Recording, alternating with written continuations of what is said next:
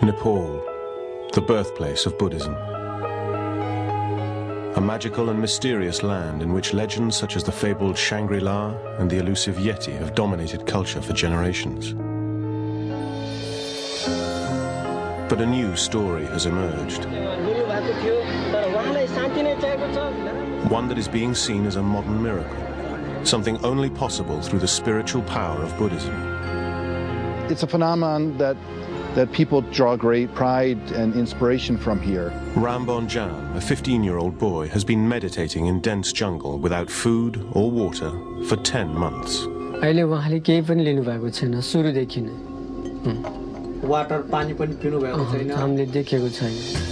Many suggest he is a physiological and cognitive freak, with such immense power of mind over matter that it could change the way we look at modern science and medicine forever.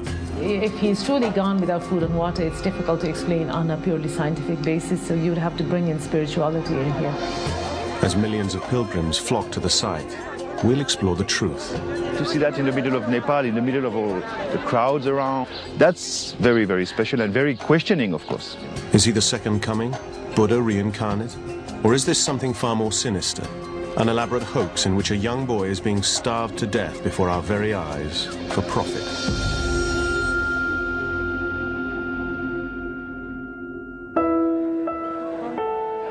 Many people fast for religious or health reasons for short periods of time, but they never reject all sustenance. The longest a person can go without food has been documented as being around 2.5 months before you die of starvation. In an open environment, breathing normally with warm air surrounding you without any fluid at all, you would last between 4, perhaps 5 days. Rambon Jan has not eaten and, more importantly, not drunk anything for 10 months. By filming him continuously over the next 4 days, we will investigate this phenomenon and discover whether a human being can live without food and water. It would be impossible to meditate for that long without food and water. I studied similar cases in the past, and this is possible. Through his deep meditation, he's gone into a hibernating state, and he is living on spiritual energy. I can't accept that. It goes against what I know about how the body works, about the nutrition that you need. He's getting food and he's getting fluid from somewhere. Ram has never been scientifically tested. He sits undisturbed as millions watch his every move. If he did the same thing in Birmingham or in Baltimore, I'm not sure that the society would perceive him in the same way. Why isn't he in school? Why doesn't he get a job? He should be doing something. Nepal is a country relatively untouched by the global market, when 90% are devout Hindus and 10% Buddhist. I think it's a great story for Nepal. I mean, I think it comes to the right time. Nepal is in a state of political turmoil.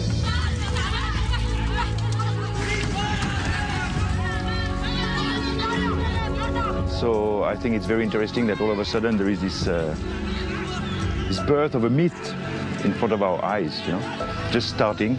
Nepal faces a stark, desolate reality without its religious beliefs. I don't know if the story of Ram Bahadur Bomzan appeals to a certain consciousness now, looking for some saint, some figure, someone who can perform miracles at a time when life seems so tawdry and broken and uncertain. As science progresses, it's pushing God further and further out. And where science hasn't yet encroached, you will find God. Ram began meditating in May 2005. By November, the remarkable story hits the press worldwide. Newspapers claim fake. Government officials say that the boy's local supporters have received around £4,000 in donations. Up until now, no film crew has been allowed up close. We will attempt to be the first to obtain proof of the claims of the Buddha boy. With fierce loyalty, his followers hide him at certain times of the day. This has drawn suspicion, but who are these followers, and what are their motives? What has happened is that because of the people who've started coming in, it's turned into a kind of a circus. Soon, roads become nothing but dirt tracks. After traveling more than 12 hours from Kathmandu, the last 40 kilometers through dense jungle, suddenly a gate manned by sentries bars the way any further. And we're diverted to a bustling temporary city of hawkers, fast food sellers, and a bus park in the middle of nowhere. Previously, we used to farm only, but now there are jobs available. There is good income. Amazingly, 10 months ago, there was nothing here but jungle. The city has been expanding at an astonishing rate ever since the boy began his meditation. There is a kind of economic desperation which perhaps a phenomenon like this would attract people. I used to run a restaurant in the city, but this one makes much more money. After walking 5 kilometers from the temporary city with the throngs of devotees, we are confronted by crowds 20 deep and the boy surrounded by a series of barbed wire fences. We have to fight our way through just to get a glimpse from the 50-meter fence.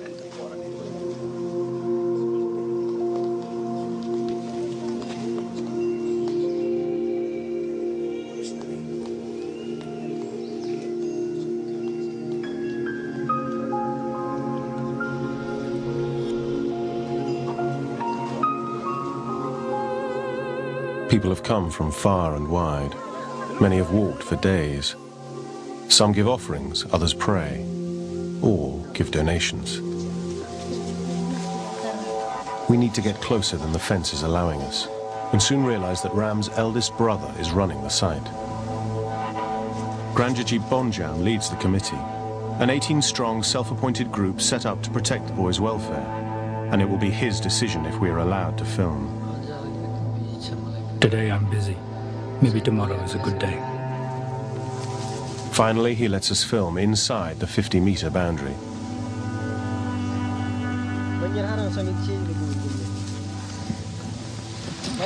Unfortunately, just as we reach a second fence at a distance of 25 meters from the boy, we're stopped from going any further. So it is here we start recording. By the end of our first day, Ram has not moved a muscle since we began filming 8 hours previously. If you wanted to prove that he really wasn't taking any fluid at all, you would have to film continuously for at least 4 to 5 days. At 10 p.m. we are moved back to the 50-meter fence, too far away for our infrared cameras to pick out the boy. Without water, even under reasonably good conditions, you're talking about lasting no more than about 4 days. He's trapped behind a gate padlocked by the brother. He has the only key. It is the only access in or out. By staying at the site and continually filming, we hope to find some clues to support Buddha Boy's remarkable claim.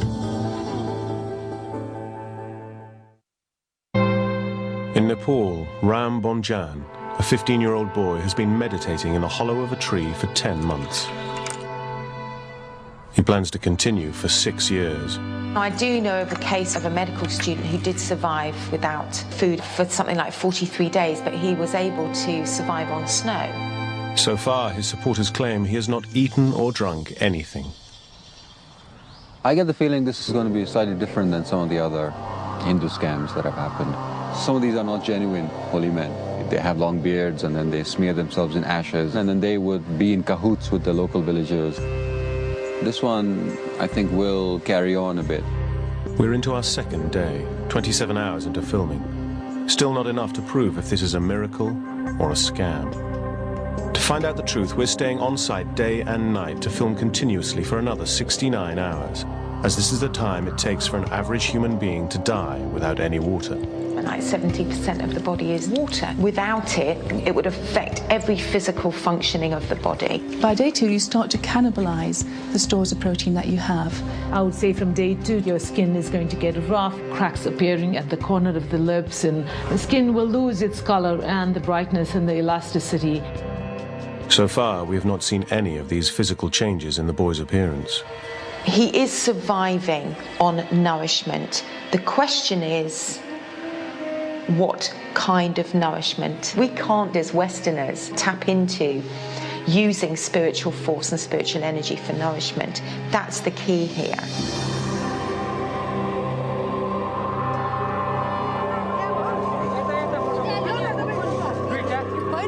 Every morning, an army of hawkers move in, selling Buddha Boy merchandise, including brochures, photo albums, and DVDs.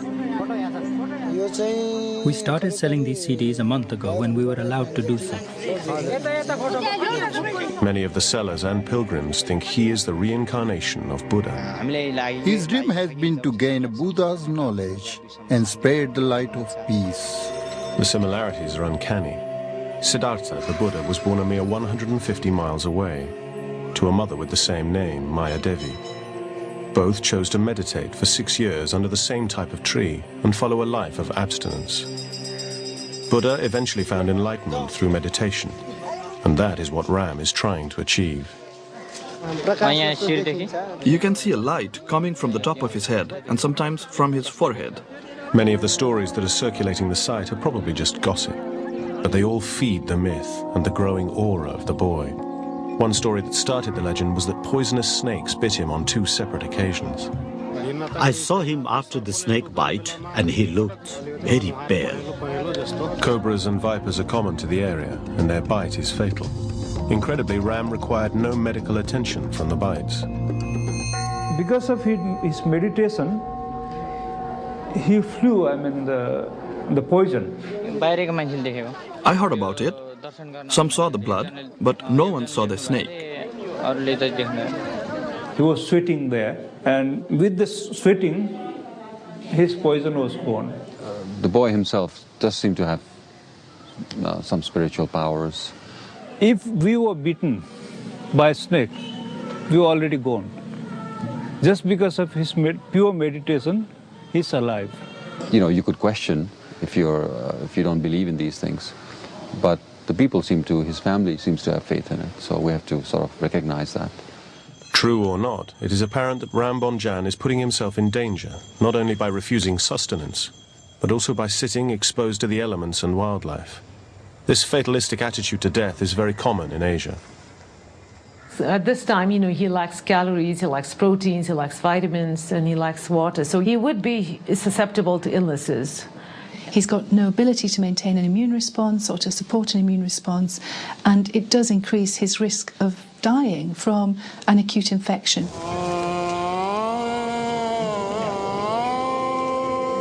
This lack of fear in dying is reflected in the way Nepalese conduct their funeral rituals. In the West, they're private, sad affairs. But there's openness here, an acceptance that sees death as a part of the cycle of life. Many put their bodies through extremes, as they think it's their mission in life.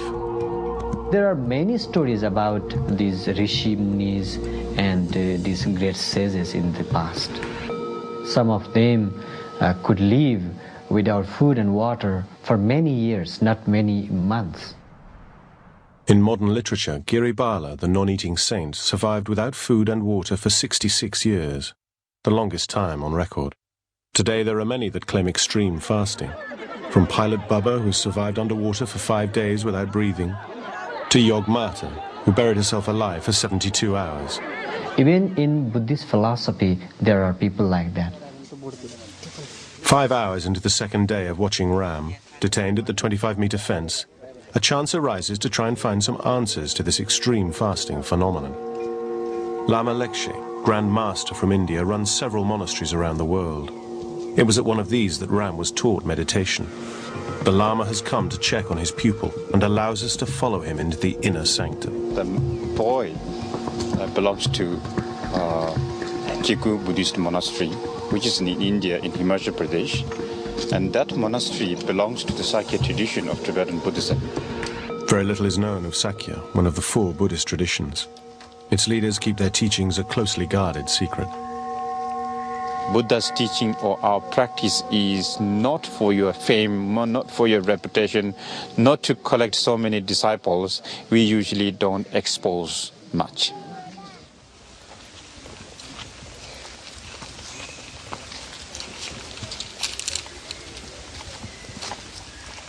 We have another meditator. He has been doing this for the last 30 years.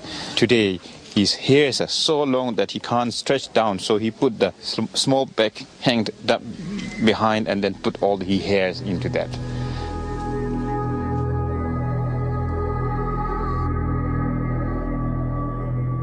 To endure solitary existence in extreme conditions, yogic techniques enable you to focus your mind over your body's suffering.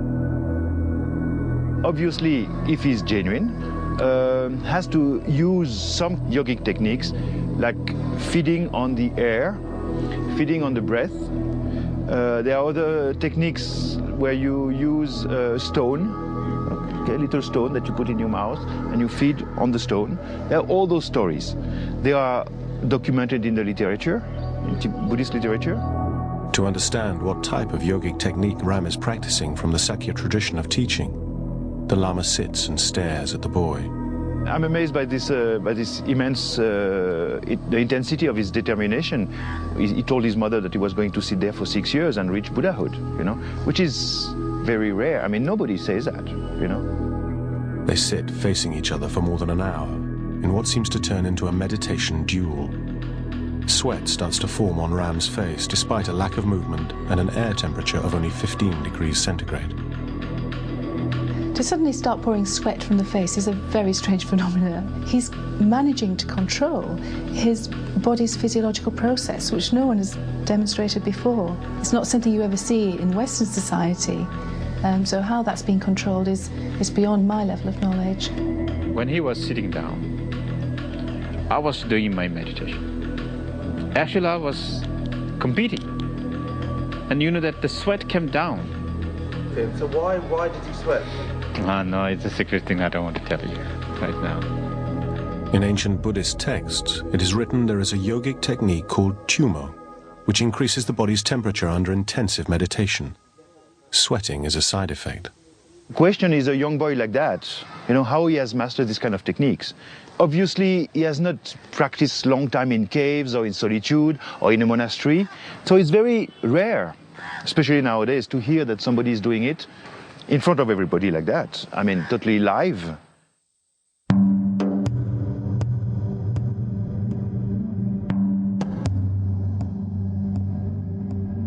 To understand how Ram learnt the practice of Tumo and continues to survive without food and water, we must look into his past and his first visit to Lumbini, the birthplace of Buddha. These places are the power point. If you step here with faith, devotion, and with mindfulness, definitely that energy will do something for your brain and as your physical body. Definitely a boy like that, you know, who is so much devoted and sitting for almost like 7-8 months and meditating in a jungle, you know, when he touched this ground, definitely I believe he was very much inspired, maybe got some power. That's possible.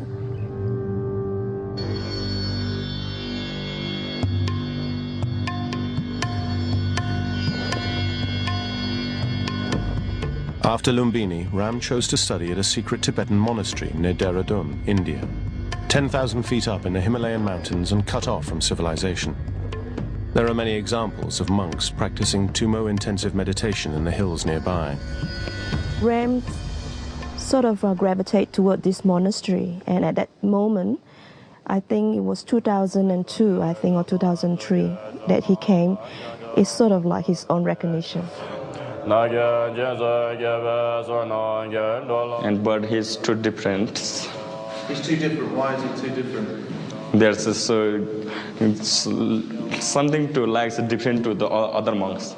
Tumo is a particular form of Tibetan meditation where the exponents are capable of withstanding extremely harsh conditions with very little food, very little water, and very little clothing. Some lamas are doing meditation in the icy Himalaya. From their body they bring the heat. So same way, maybe he has done that. American scientists tested the theory in 1982. Monks were soaked in sheets of cold water. 45 minutes later, steam began rising through the cloth. Some of the studies that I've been doing have shown that even novices using Tibetan chanting can increase their tolerance to cold pressor pain by 100% or more.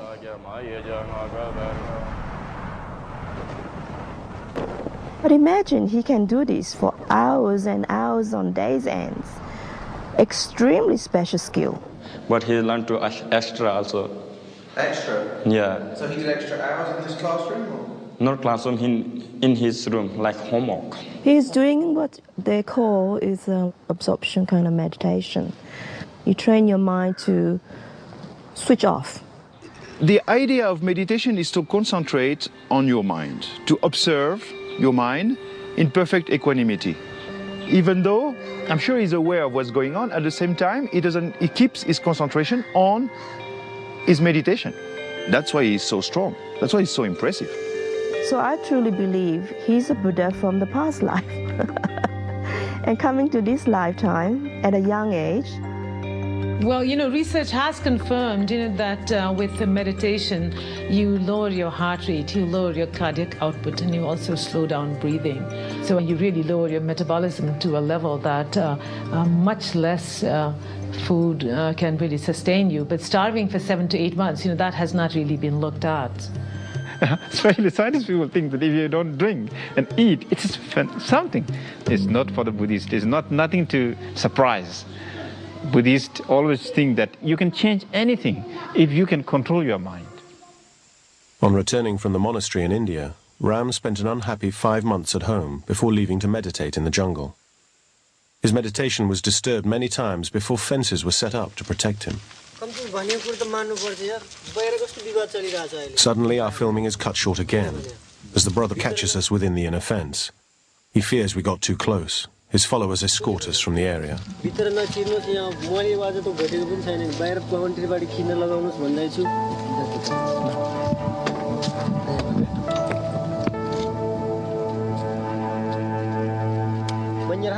It is only now that we notice the full scale of the operation that protects the boy. Dozens of disciples pace the perimeter. Others are hard at work building new fences, sweeping and moving on the throngs of devotees. There must be 40 on duty at any one time.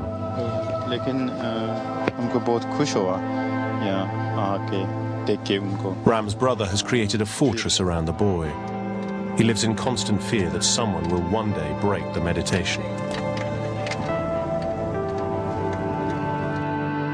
Despite his hostility, the brother unexpectedly offers to take us to the village where Ram once lived, allowing a camera to be left at the site to continue filming to prove Ram doesn't move. Yeah, this is my house. There are 9 children altogether living in the modest family home. This is kitchen rooms. Looking around, it appears life hasn't changed a great deal since Ram began meditating. Reports have said that donation money from the site is going into the pockets of the brother and his followers. But there is little evidence to suggest that the family are benefiting.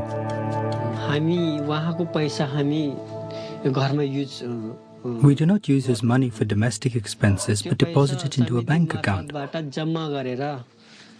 Obviously, once we've deducted the running costs of the site, like food and other such requirements for the volunteers and the committee. Obviously, I feel some pain. He spent a long time in the jungle alone. It rained for 2 months at first. I feared he might die.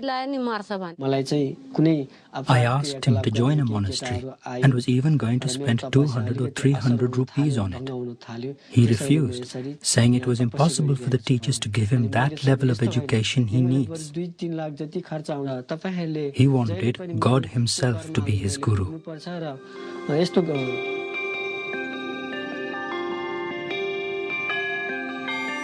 Just 10 months ago, Granjit Bomjan was a farmer working the land in the village like generations before him. Now he has a big responsibility, running a flourishing business looking after Nepal's biggest tourist attraction, one that's growing every day. Thousands have been flocking to see him, and in the 3 hours we've been at the house, 350 monks turned up to pay homage. Ordinary 15-year-old boys are not wise like he is. He is special, he is a God himself. All souls have God within them, but he is a real God. The brother seems to enjoy the power, holding court, giving press interviews and speaking to visitors. Scam or not, what Granjit Bomjan has done is pretty remarkable, turning around what was an impoverished part of the country and uniting its local people. But how long can his authority remain unchallenged? The committee seems to be growing by the day. People getting fired, people coming in. Organized chaos. They all want a slice of the pie. Ram Bomjan has been sitting under a tree in the jungle of southern Nepal. His supporters claim without food or water for 10 months. 48 hours ago, we started filming continuously, day and night. Just what should his body be going through? By day 3, you stop producing urine. The person's blood pressure will fall because there's not enough fluid in the system to maintain the circulation. His cheeks would really start to get hollow. Your skin is going to get rough and it would crack more easily, it would bleed more easily, especially if someone is sitting in the environment and not really protected from the elements, the rain and the sun and the cold weather. Ram still looks exactly the same. We've not witnessed him move, eat or drink anything since our arrival. But strangely, we've seen him sweating profusely, an indication he's practicing tumo, an ancient form of meditation. Could this yogic technique explain how he's managing to survive and stay so healthy? Through the power of his mind, he's been successful in physically lowering his whole metabolic state, so therefore his requirements are also going to drop to 200 to 300 calories in energy terms a day. He'd have to be taking some nutrition from somewhere. Perhaps it was a tree sap. He would be getting sugars from that, and that would modify fast. That would protect some of his protein stores. I think he's practicing types of ancient yogic exercises where you can feed on one breath or feed on the element in the air. The bark of the peepal tree that Ram sits under can have a powerful healing effect on skin complaints, such as the physical signs of dehydration. However, its sap is poisonous, and its berries, while edible, only appear for 2 months of the year. He must be surviving on something else. So far, we've not seen anything to suggest he's being fed or allowed to leave the site. There's only one way out, and that is where we observe from. And we are not the only ones to be doing an investigation. Ram Bhakta Gurung and his science team have been doing independent research for the government and have been observing Buddha Boy for 6 days. We think even there is from morning to evening, like this meditation, it's not normal. Overnight, the temperature reaches a low of 3 degrees centigrade, the coldest night yet since our arrival. The investigators and security shiver under blankets, but Ram is wearing just a thin cloth. What you should see in a cold evening is him physically shivering. So if he isn't shivering, he's managing to suppress the natural urge to maintain his body temperature at 36.8 degrees centigrade. This is more evidence to suggest Ram is doing the yogic technique of intense tumo meditation, generating his own body heat and preventing the onset of hypothermia. At 6 in the morning, we rush into the enclosure. Someone claims there's a blue light coming from his head. We cannot see it. How is Ram surviving without moving? There are theories about surviving off the environment, but everything is just conjecture. Nothing is fact. Until now. A scientific breakthrough claiming evidence to suggest that extreme fasting may indeed be possible has just reached us from another part of the world.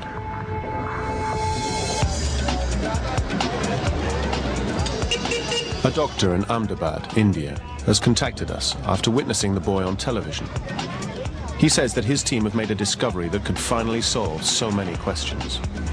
I was really fascinated to see the boy who is fasting for 6 to 8 months, and that is not at all really so exciting to me because I studied similar cases in past and I can understand this is possible.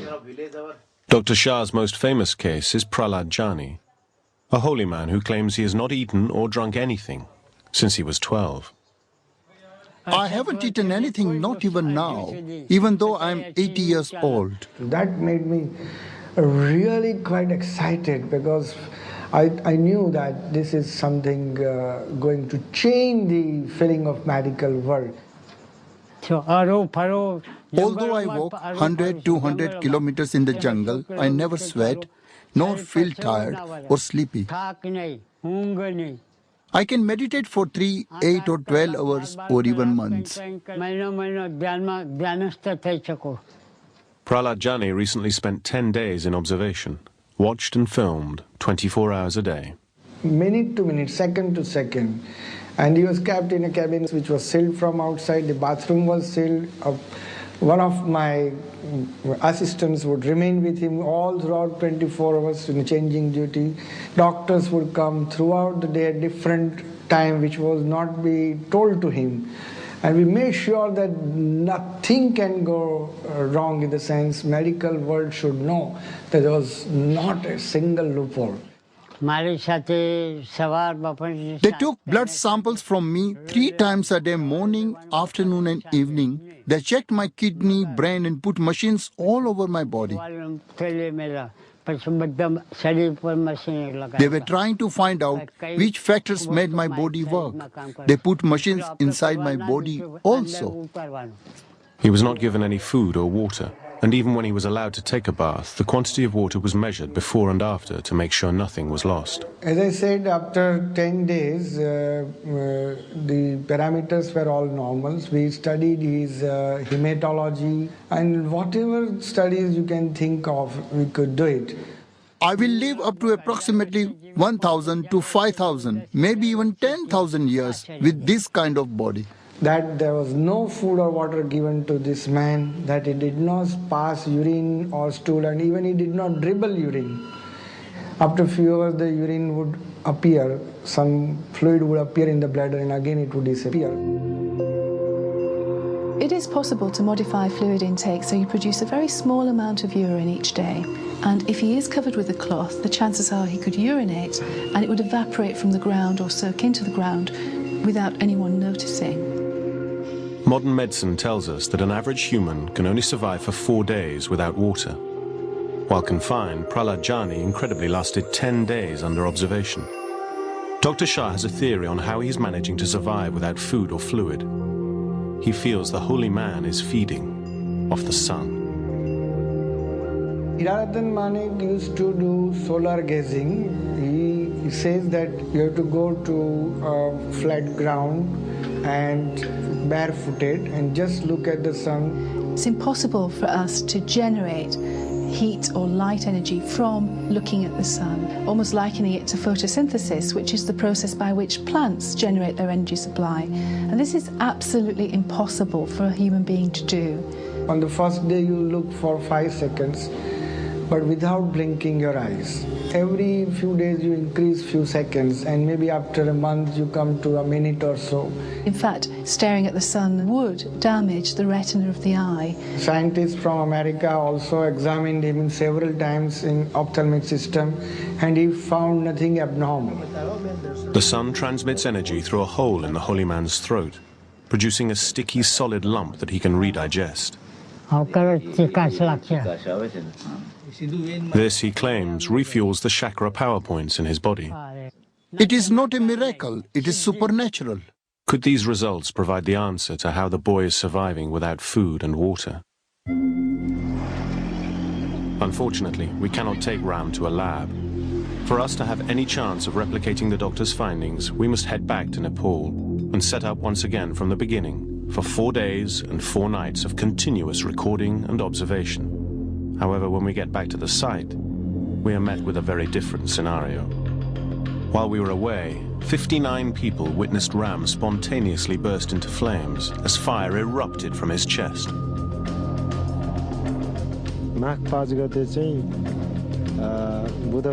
On the 5th of January, Wednesday, around 8 o'clock, we saw fire coming from him. He stood and threw the cloth in front of him and was naked in the middle of a burning fire. And then after some time, in a very soft voice, he called for his brother. He asked for a red robe to be thrown over him. He wrapped the cloth over his body and he said, let him concentrate on his meditation and do not disturb him. Over the past 300 years, there have been more than 200 reports of spontaneous combustion, the burning of a body without an identifiable ignition source. Its cause is an unsolved mystery. However, looking at previous evidence of Ram's sweating and assuming that he can control and increase his body's temperature through Tummo meditation, maybe this is an extreme demonstration of his power, or just an increasingly elaborate hoax to gain more publicity. After just a week away, security has tightened, and the brother seems a deflated figure.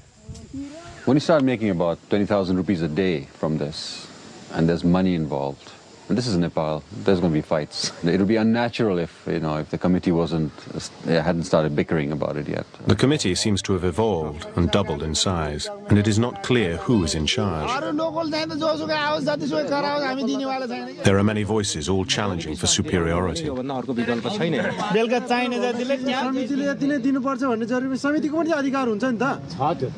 The family probably would feel left out of all this and probably feel like their son's original purpose has been defeated by all this money making, and that is very un-Buddha-like. There seems to be a split within the committee as to whether or not we are to be allowed to continue. In fact, the government's response has been very interesting. Originally they said, well, we're going to test the boy. The Royal Nepal Academy of Science and Technology is going to go and take blood samples and do a DNA test. I don't know why DNA, but they haven't done it yet. The government of Nepal requested us to visit that site and observe what's happening it. We went very close by and we observed very minutely. His body is almost dead, Only the head part is live. We are concerned about the way of meditation without having any food and drinks. And next to that, the propaganda. Face color was red, like blood color. It is important to test on the boy if we want to know the truth. The report sent to the government states that the boy should be left undisturbed to complete his meditation and not to be tested scientifically. Whatever he is doing there, it is his personal right. There's not even been an effort to try to regulate the income or see who's getting what and try to see if it's not being scammed, that people are not being cheated. There's no official oversight over this whole thing. So it's happening in this sort of a Wild West kind of jungle setting. Another film crew has also arrived. They have even more difficulty than us and fail to get close to the boy. If you are making documentaries, the people are never knowing if you are acting also on the political parts or just for documentary. And sometimes it also can be very difficult and very dangerous also to shoot here with the camera. Nepal is in the grip of a long-raging civil war. 11,000 people have died in the last 9 years. The ruling royals are holding elections in the next few days, but violence has escalated as the Maoist People's Movement try to take over. And some believe the Maoist guerrillas have been seen in the area. I think the Maoists are more acting in the villages where it's for the army more difficult to reach and more difficult to fight against them. Everybody is speaking in Nepal, the Maoists are speaking, the political parties are speaking, and this guy just sit there like a silent prophet. Eventually we are allowed to film, but under close inspection from the committee. We reset our cameras to record the next 4 days and nights, the length of time it takes for a human to die without fluid. This is the only way we can prove if he is genuine or not. After 48 hours of continuous observation, Ram still hasn't moved. What is almost unbelievable is the fact that this child manages to stay in the same position during waking hours and sleeping hours. Try sitting for 30 minutes or an hour, 3 hours, not moving, just concentrating. And within 24 to 36 hours, where the skin surface reaches the contact point of where you're sitting, you will get damage to that skin area. And the formation of what we know in the Western world is called a pressure sore. It is the most challenging thing he's doing it. Incredible. A few hours later, he begins fidgeting and jerking. What you probably notice if you scrutinise your footage very carefully is that there are very small changes. What he's actually doing is shifting balance maybe from one buttock to another to relieve pressure points and allow blood flow back to that tissue.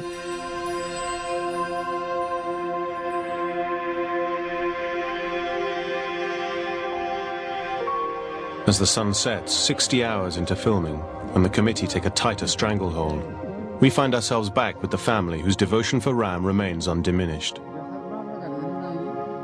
There are many that have altered their life to be in his presence. Some have never been home since arriving. Please stay here a couple of days and feel for yourself. It's wonderful. We have lived here eating only once a day for many months. I will stay here till my death. The relaxed environment suddenly changes when word goes through the camp there is a tiger loose in the site. Is it for real? Or are the committee creating more hype around the boy? The jackal was just over there. The tiger was a little further away. Chaos reigns as many fear for the safety of Ram. I understand the Nepali sense of the miracle of him not having taken food, not drinking, but for me, those are not the important issues. Whether he eats or drinks, I hope he stays healthy. After a thorough search, tiger prints are discovered. We realize how vulnerable the boy really is.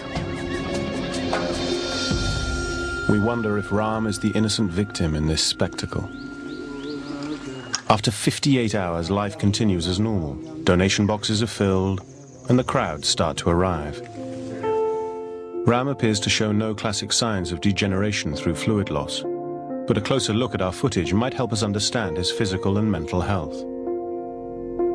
He looks unwell. If you saw this individual sat against a wall in London, you'd be very concerned about how he looks. As life passes him by, Ram just sits calmly meditating. There is a swelling in his neck, but whether that represents a goiter or an underactive thyroid is very difficult to say. Having a severely underactive thyroid would mean that your metabolic rate is incredibly low, which means that you can survive for a very long time without food and fluid. It almost looks like you can see the ribs showing through, and that would represent quite advanced starvation, and you started to waste away the muscles between the lungs, between the rib cages. Probably sat in that position well away from individuals is the safest thing for him in order to prevent an infection that could ultimately kill him. Is Ram now a victim of his own success, being slowly starved to death for profit? Only time will tell. This could turn out to be a very sad story. Where?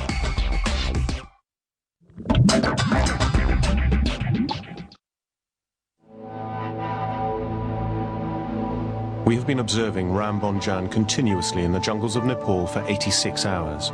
In that time, we've not seen him take any food or fluid or show any signs of dehydration. An average human should be just a few hours away from death. With a prolonged deficiency of food and water, your brain is going to lack the glucose, you're not going to have enough fluid in your system. As you progress without those fluids, you become delirious. On day 4, that confusion will get worse. You may start fitting, your body is going into kidney failure, and ultimately the person dies of dehydration. To rule out foul play within the secure inner enclosure, we defy the committee and enlist Prem Lema, Ram's oldest friend and carer, to get a closer look. In the beginning, he used to walk around this tree in the morning, chanting mantras. After that, he meditated for 3 months before going into the deep trance that he's in today. After a thorough search inside the tree and the ground area surrounding Ram, there's nothing suspicious. No food pipes buried or supplies hidden. Are people there creating a scam for us to believe in? I hope not. It would be an elaborate scam to do that.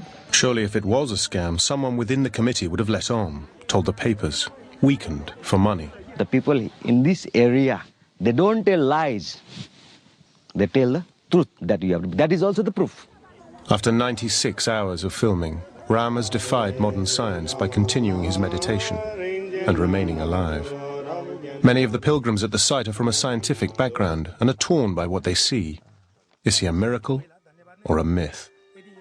त्यति गरेपछि यो विज्ञान rewrite हुन्छ यो विज्ञान failure भयो हेर्नुस् यो modern मेडिसिनको म डाक्टरको कामै छैन यहाँ विज्ञान फेलर भन्ने मिल्दैन कि यसमा के छ विज्ञानले अहिलेसम्मको जति आविष्कारहरू गरेको छ नि हजुर We have whole religions built around miracles. Jesus rose from the grave. Millions of people believe that. That's the center and core of their religion.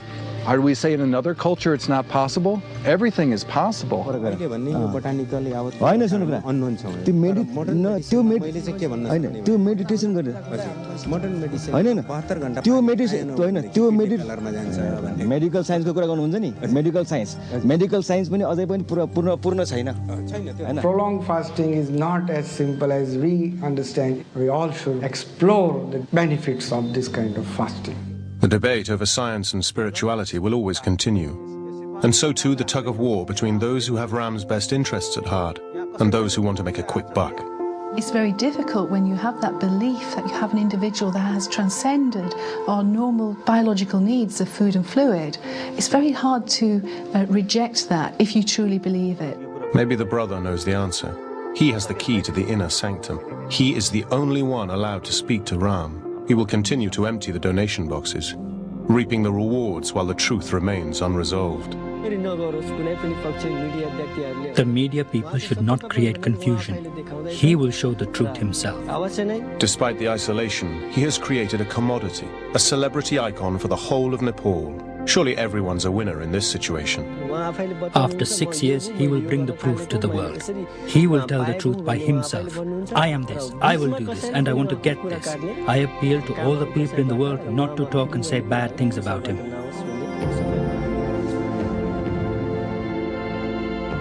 No one really knows what Ram is thinking, how he is surviving, or if he is Buddha. And so it turned out. March the 13th, 2006, events took a turn that no one could have anticipated. Ram disappeared. Some reports suggest he's gone deeper into the jungle to continue his meditation in peace, undisturbed. Other reports are more sinister, claiming that he's been kidnapped. Perhaps Ram has decided against being a scientific miracle or a religious icon. The once thriving bazaar and bus park is deserted, the fence is broken, and the only trace of Ram is a red robe lying discarded in the hollow of a tree. He has not been seen since. Next here on Discovery Channel, we're at the cutting edge of medicine as doctors use a revolutionary body pouch to save a fireman with severe burns. Extreme Medical Stories is after the break.